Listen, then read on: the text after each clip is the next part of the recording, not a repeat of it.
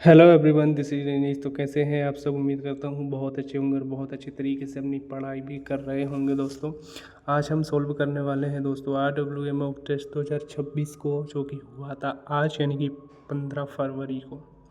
ठीक है, तो आज हम बेसिकली सभी तरीके की बातों पर डिस्कस करेंगे। आज का गुड स्कोर क्या होना चाहिए, आज के टॉप प्रश्न कौन कौन से हैं मैथ्स के, स्पेशली मैथ्स के। ठीक है, पेपर का लेवल कैसा था पेपर का। ठीक है, बाकी गुड स्कोर क्या है, लेवल कैसा था और स्कोर कैसे बढ़ा सकते हैं, सारी चीज़ों पर डिस्कस करेंगे। ठीक है, तो सबसे पहले दोस्तों हम जान लेते हैं कि आज का पेपर का लेवल कैसा था। तो मुझे लगता है कि जो प्रीवियस दो पेपर हुए हैं उनसे बहुत आसान था। ठीक है, मतलब इजी टू मॉडरेट आप इसको बोल सकते हो। ठीक है, तो इजी टू मॉडरेट पेपर रहा था, लेकिन हाँ ऐसा है कि कुछ प्रश्न थे, एक दो क्वेश्चन मैथ्स में, एक दो क्वेश्चन हिंदी में जो थोड़े से ठीक ठाक थे। यहाँ ज़्यादा मुश्किल तो नहीं थे, लेकिन एक एवरेज स्टूडेंट उनमें फंस सकता था। ठीक है, बाकी ये है कि पूरा जो है अच्छा पेपर था। अगर आप ध्यानपूर्वक अटैम्प्ट करते तो आपका स्कोर अच्छा बना होगा। ठीक है, लेवल हमारा क्लियर।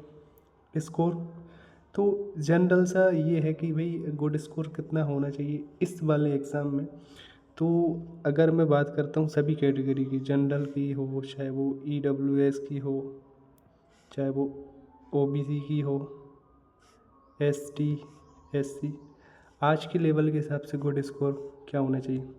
तो आज के लेवल के हिसाब से जनरल को 70 क्वेश्चन करेक्ट करने चाहिए थे आज के लेवल के हिसाब से। EWS को ये मान के चलो कम से कम 65 प्लस क्वेश्चन सही करने थे, 65 के अप्रोक्स। OBC को 67 के लगभग। ST को जो है, ST को मान लेते हैं हम कम से कम 60-61 क्वेश्चन सही करने थे। और SC को ये है कि 62 से 63 क्वेश्चन सही करने थे। ठीक है, आज के मॉक टेस्ट के हिसाब से देखा जाए तो ये हमारा गुड स्कोर है। अब हम बात करते हैं दोस्तों आज के टॉप क्वेश्चन की, जिनको मैं लेकर आया हूँ, साथ साथ में आपको सॉल्व भी कर पाऊँगा कि मैथ्स के वो क्वेश्चन है उनमें आप फंस सकते थे। गए तो एक नॉर्मल एवरेज स्टूडेंट उनको थोड़ा सा फंस सकता था, उनको सॉल्व कर पाऊँगा। ठीक है, पहला क्वेश्चन है बोर्ड मास का। इसको सॉल्व करने से पहले आपके दिमाग में होना चाहिए BODMAS, बोर्ड मास। बी माने ब्रैकेट, ठीक है, बी माने ब्रैकेट, ओ माने ऑफ, डी माने डिवाइड, ठीक है, एम माने मल्टीप्लिकेशन, ए माने एडिशन और एस माने सब्सट्रैक्ट। ये वाली सीरीज आपको याद करनी है। मतलब इसी सीरीज में आप किसी भी क्वेश्चन को सॉल्व करोगे अगर बीच में प्लस या माइनस का साइन नहीं है, तो ये दो कंडीशन ऐसी है तब आप किसी को भी पहले सॉल्व कर सकते हो। बाकी इन कंडीशन में आप हमेशा जो है इस सीरीज को फॉलो करोगे। ठीक है, ये तो आपको याद होना ही चाहिए बोर्ड मास का नियम, तभी जाके सोल्व होते। चलो क्वेश्चन को लिखते हैं। क्वेश्चन है 5(2 + 3/2 डिवाइड 6 × 1/2। ये हमारा क्वेश्चन है। ठीक है, तो अगर मैं डिवाइड को गुणा में कर दूं तो ये 1/6 हो जाएगा। तो फिर हमारा नया सिंप्लीफिकेशन का कैसा हो जाएगा, 3(2), ये हो जाएगा गुणा। अगर मैं इसको बदलता हूँ तो 1/6, फिर मल्टीप्लिकेशन है, फिर 1/2। ठीक है, इससे इसको 2 से काट देते हैं तो ये 2, ये 2, ये 2, तो ये तीनों मिला के 1/8 हो जाएगा। इधर लिख लें 5(2 + 1/8। 8 LCM ले लेते हैं तो 2 से काटो 4 बार, 4 की 5 में गुणा तो 20 माइनस का 20 प्लस ये 1 है /8। माइनस का 20 1 में से घटेगा तो क्या बचेगा, माइनस का 19/8। क्या है, ऑप्शन ए। चलो नेक्स्ट क्वेश्चन की तरफ बढ़ते हैं। दूसरा क्वेश्चन है, अच्छा है, इसमें स्टूडेंट फंस सकता था स्पेशली वजन को लेकर।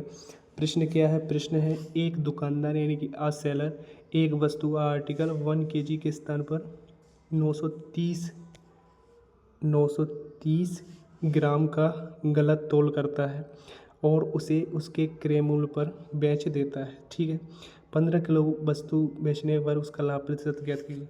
दोस्तों, ये जो 15 किलो आपको दिया हुआ है ये कुछ नहीं है, केवल आपको भ्रमित करने के लिए है इस प्रकार के सवालों में कभी भी आपको इसकी ज़रूरत नहीं होती। चाहे तो आप 1 किलो पर परसेंट देखो वही आएगा, चाहे आप 15 किलो पर देखो वही लाभ परसेंट आएगा। ठीक है, तो इससे डरने वाली बात नहीं है।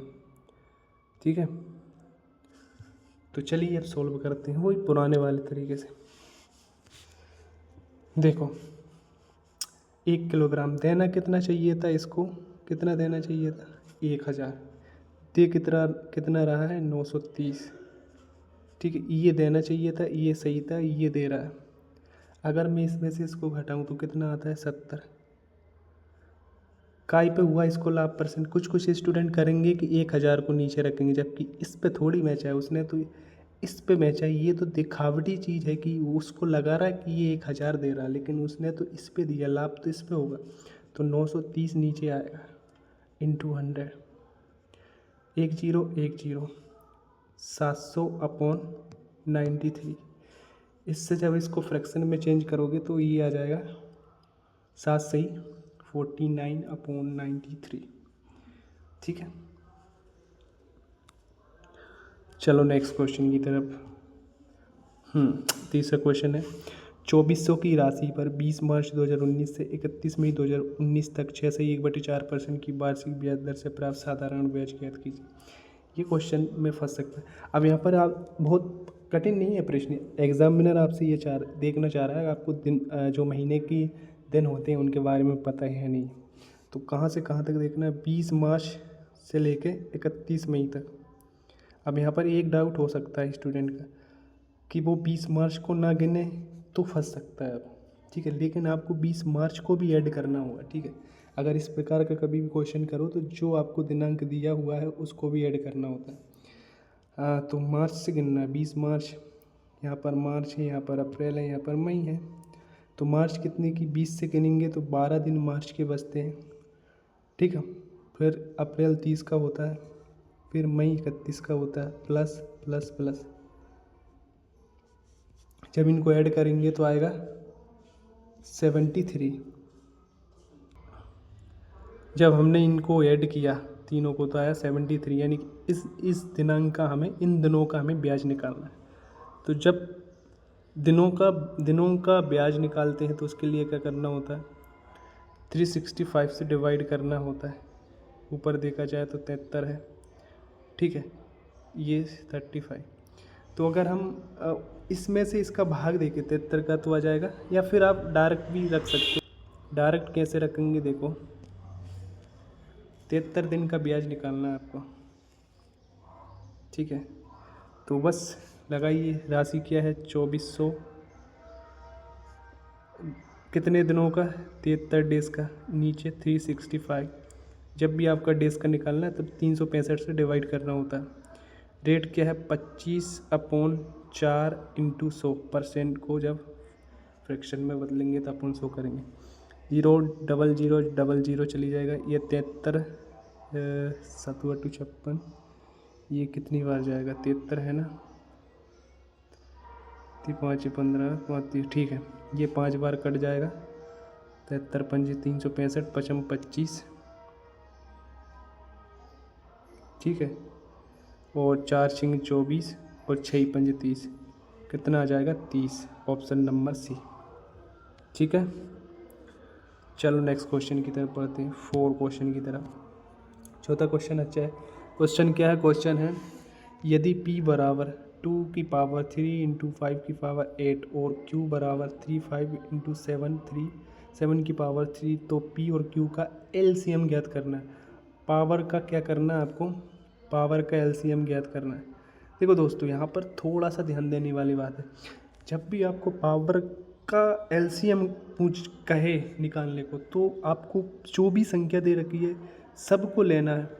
क्या, जितनी भी संख्या दे रखी है सबको लेना है। बात LCM की है तो सबसे बड़ी पावर वाली संख्या आपको लेनी है, सबसे बड़ी पावर वाली संख्या आपको लेनी है अगर बात LCM की हो। तो यहाँ पर देखो कॉमन तो है ही नहीं, अगर कॉमन होते तब लेते सबसे बड़ी। तो अब इस प्रश्न में कॉमन नहीं है, तो ये जो जितनी भी संख्या दे रखी है यही हमारा LCM हो जाएगा। ठीक है, तो LCM क्या हो जाएगा, 2 की पावर 3 इंटू 5 की पावर 8 इंटू 3 की पावर 5 इंटू 7 की पावर 3। ये हमारा उत्तर हो जाएगा, यानी कि ऑप्शन नंबर ए। अगर यहाँ पर होता 2 की पावर 3 होती और एक नीचे होती 2 की पावर 2, तो किसको लेते? इसको लेते खाली, लेकिन लेते इनमें से भी। ठीक है, तो इस प्रकार से इनको करना होता है। ठीक है, नेक्स्ट क्वेश्चन की तरफ बढ़ते हैं। 5वें क्वेश्चन की तरफ। 5वें क्वेश्चन 2 तरीके से हो जाएगा, ये अच्छा है, यहाँ पर स्टूडेंट फंस सकता है। पहला बेसिक, जो कि जनरली आम तौर पर लोग इसको नहीं करते, और शॉर्ट ट्रिक बहुत अच्छी है। देखो, एक बल्लेबाज ने अपनी करियर के 17वें मैच में कितने बनाए? 98 रन बनाए। उसके प्रति मैच औसत रनों में 2.5 की वृद्धि हुई। 17वें मैच से पहले उसका औसत क्या था? देखो दोस्तों, 17 पारी उसने खेली, ओवरऑल 2.5 अंकों की 2.5 रनों की मैच औसत में वृद्धि हुई। अगर हम ओवरऑल इसका सम निकालना चाहें तो 17 इंटू 25 ये कर देंगे कि इतनी ही वृद्धि हुई होगी 17 पारियों में। अगर हम इसको सोल्व करें तो 17 पंच कितना होता है? 17 चौक 68, 17 पंच 85, यानी 85 कैरी 8, 17 दूनी 34 और 8 4 12, यानी कि 42। तो ओवरऑल देखा जाए तो 42.5 की वृद्धि हुई। ठीक है, अगर हम 7वें मैच से पहले उसका औसत क्या रहा होगा ये निकालने की कोशिश करें तो हम 98 में से ये जो टोटल सम बढ़ा है, क्योंकि लास्ट पारी में इसने 98 रन बनाए, और ये जो सम बना है ये 2.5 का 17 पारियों का ये बना है 42.5।